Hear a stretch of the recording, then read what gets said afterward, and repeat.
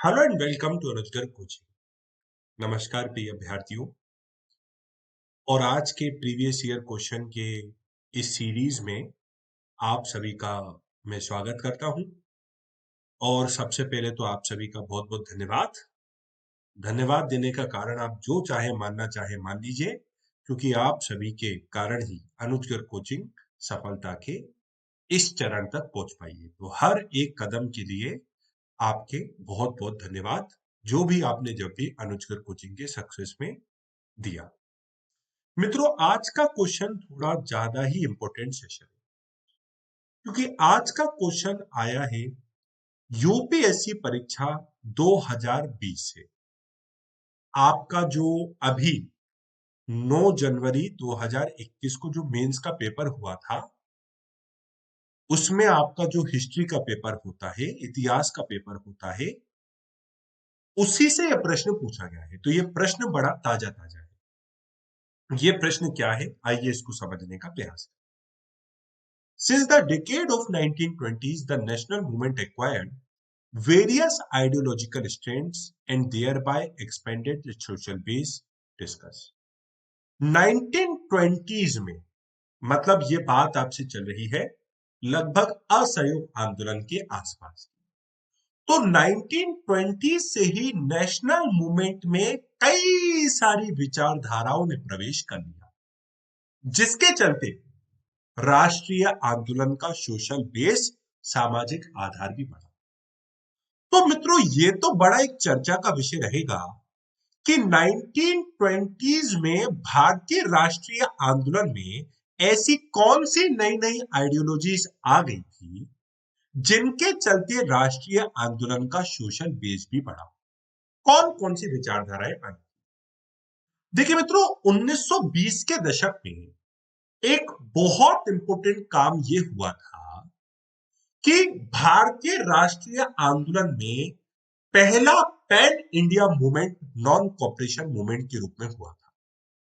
महात्मा गांधी ने एक बात बोली थी, हालांकि उन्होंने डायरेक्टली इस बात को नहीं बोला था, लेकिन महात्मा गांधी का यह विचार था कि किसी भी आंदोलन की सफलता तब तक नहीं हो सकती है जब तक उसमें नेतृत्व तो हो, लेकिन निचले स्तर का या मासेस का उसमें कंट्रीब्यूशन ना हो।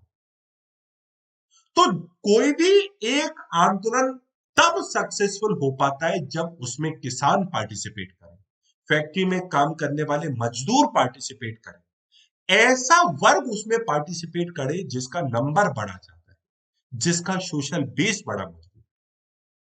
तो मित्रों, आप लोग भले ही अन्ना हजारे के 2012 के भ्रष्टाचार के खिलाफ आंदोलन के बारे में सोचिए। अन्ना हजारे ने 2012 में भ्रष्टाचार के खिलाफ दिल्ली के रामलीला मैदान में जो अनशन किया था, अगर अन्ना हजारे के साथ लोगों का पार्टिसिपेशन नहीं होता, जनता की भागीदारी उसमें नहीं होती, तो क्या अन्ना हजारे खुद अकेले उस आंदोलन को सफल करवा सकते थे? नहीं। मित्रों, अन्ना हजारे ने भ्रष्टाचार के खिलाफ उस आंदोलन को नेतृत्व दिया, और लीडरशिप बड़ी इंपॉर्टेंट होती है किसी मूवमेंट, और मास पार्टिसिपेशन। तो कुल मिला के किसी भी आंदोलन की सफलता का जो फॉर्मूला निकल के आता है वो क्या है? Leadership plus mass participation. तो 1920s के बाद गांधीवादी विचारधारा ने यह कर दिया कि नेशनल मूवमेंट में मास पार्टिसिपेशन को बढ़ा दिया, जिससे भारतीय राष्ट्रीय आंदोलन का सोशल बेस मजबूत हुआ। पहला काम तो यह हुआ। दूसरी तरफ मित्रों, क्रांतिकारी विचारधारा भी 1920s में प्रवेश करती है। आप लोग देखोगे कि भगत सिंह की समाजवाद की विचारधारा है। और मित्रों, मैं आपको एक और बात बता दूं, भगत सिंह की समाजवाद की विचारधारा इंडियन नेशनल मूवमेंट में उस समय आती है जब 1929 में ग्रेट डिप्रेशन आ चुका होता है। आप लोग सोचिए मित्रों, एक कहावत आपको मैं बताता हूं, हालांकि जो मैं आपको एक्सप्लेन करना चाहता हूं, यह बात इसकी एग्जैक्ट अपोजिट है इस कहावत की। एक कहावत है, सिर मुंडवाया ही था कि ओले पड़ गए। सिर मुंडवाया ही था कि ओले पड़ गए, मतलब एक गलती तो की थी और दूसरी गलती भगवान ने कर दी। मतलब भगवान ने उस पर्टिकुलर व्यक्ति के लिए वो गलती कर दी, सिर मुंडवाया था कि ओले पड़ गए। लेकिन यहां तो मित्रों एक प्रकार से दोनों चीज एक दूसरे को कॉम्प्लीमेंट कर रही थी कि भगत सिंह ने अपनी समाजवाद के नारे को दे दिया और भारत में साम्यवादी आंदोलन भी तेजी से बढ़ रहा था। दूसरी तरफ कैपिटलिज्म ने मुंह की खाई, दूसरी तरफ कैपिटलिज्म मुंह के बल गिर गया, क्योंकि 1929 के ग्रेट डिप्रेशन ने पूंजीवाद ने 1929 के ग्रेट डिप्रेशन ने विश्व की सबसे बड़ी आर्थिक महामंदी ने कैपिटलिज्म को ध्वस्त कर दिया था, पूंजीवाद को ध्वस्त कर दिया। और इसी समय जब भगत सिंह ने और साम्यवादियों ने समाजवाद और साम्यवाद का नारा दिया, तो इससे भी जनता इससे बड़ी प्रभावित हुई और सोशल बेस आंदोलन का बना। मित्रों 1920s में एक और काम हुआ 1920 के दशक में। अब देखो आप लोगों को मित्रों क्या क्या बताना है कि कौन कौन सी विचारधाराएं आई और उसके चलते सोशल बेस कैसे बढ़ा। तो एक विचारधारा कौन सी आई, गांधीवाद की विचारधारा, जिससे मास मूवमेंट में मास पार्टिसिपेशन बढ़ा। दूसरी विचारधारा कही की समाजवाद की और साम्यवाद की, और उसी समय पूंजीवाद ने मुंह की खाई क्योंकि ग्रेट डिप्रेशन आ चुका था। तो लोग बागों को समाजवाद और साम्यवाद की विचारधारा से नेशनल मूवमेंट की उनमें नेशनल मूवमेंट में उनकी एंट्री होती है। तो ऐसे सोशल बेस बढ़ा। आपको सिंपल सी बात है, सोशल बेस बढ़ने का मतलब है दिखाना है कि लोग बाग कैसे ज्यादा से ज्यादा जुड़े। तो ये दो कारण हुए।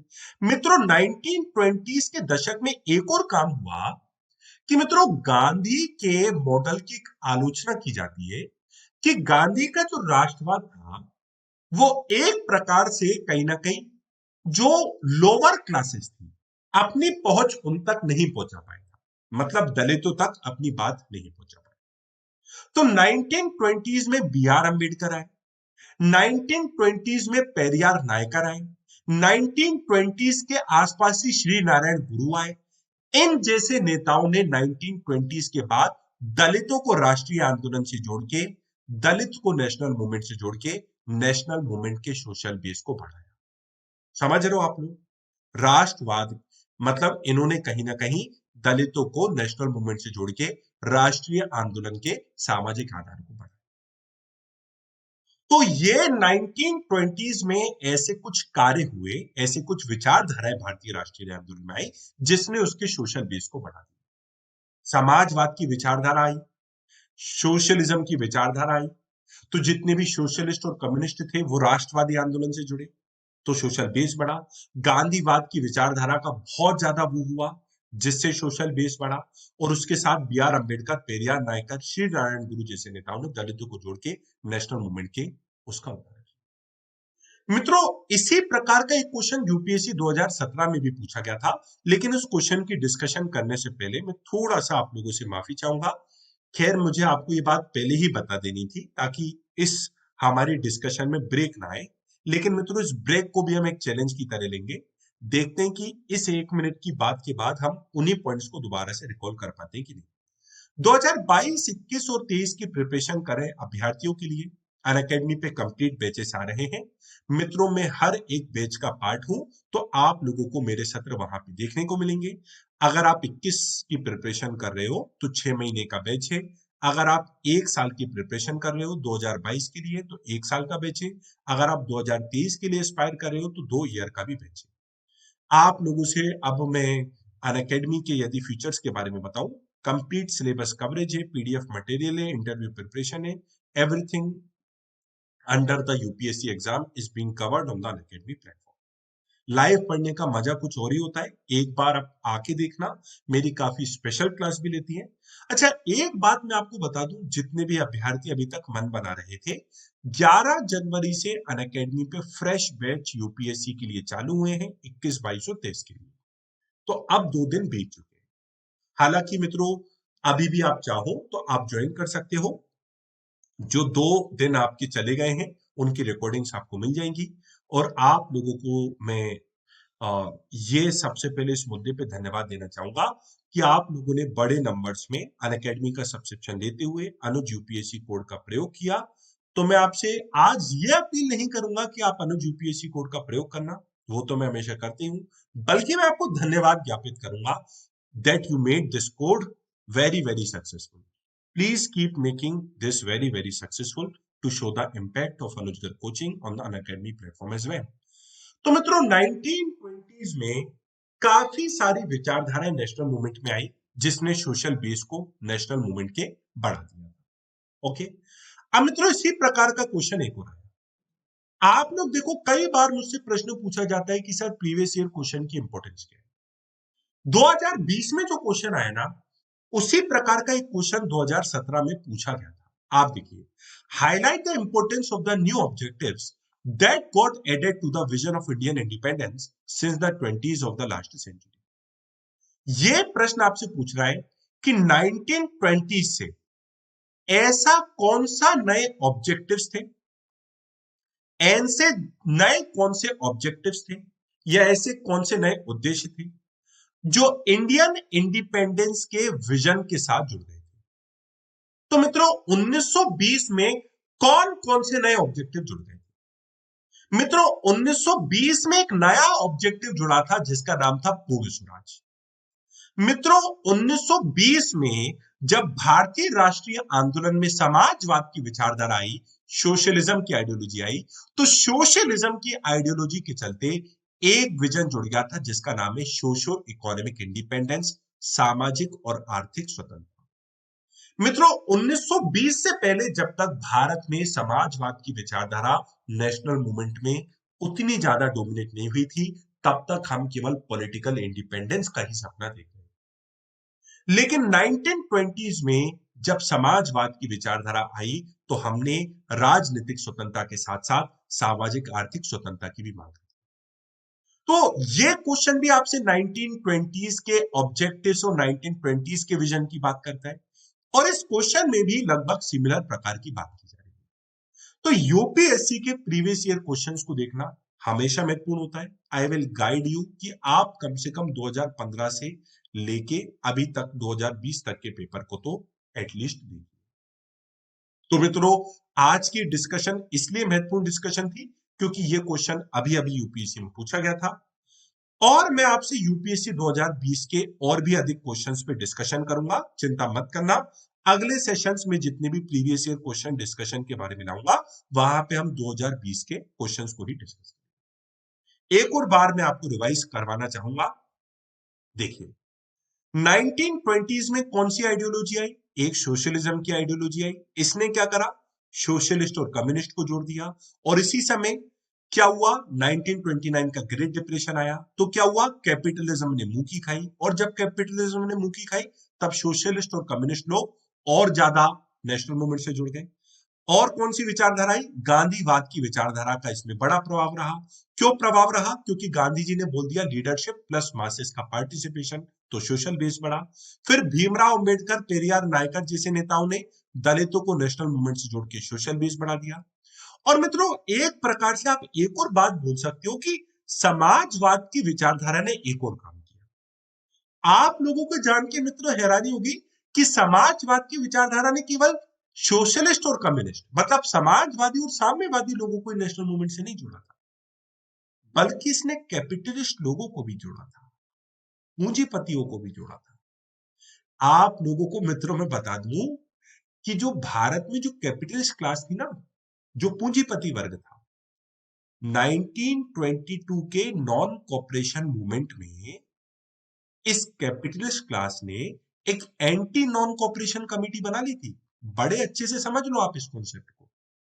देखो मित्रों भारत में जब भी कोई भी बड़ा आंदोलन हुआ उसमें ब्रिटिश गुड्स के बॉयकॉट की बात हमेशा की गई थी, ब्रिटिश वस्तुओं के बहिष्कार की बात की गई थी। नॉन कॉपरेशन मूवमेंट में भी ब्रिटिश गुड्स के बॉयकॉट की बात की गई थी।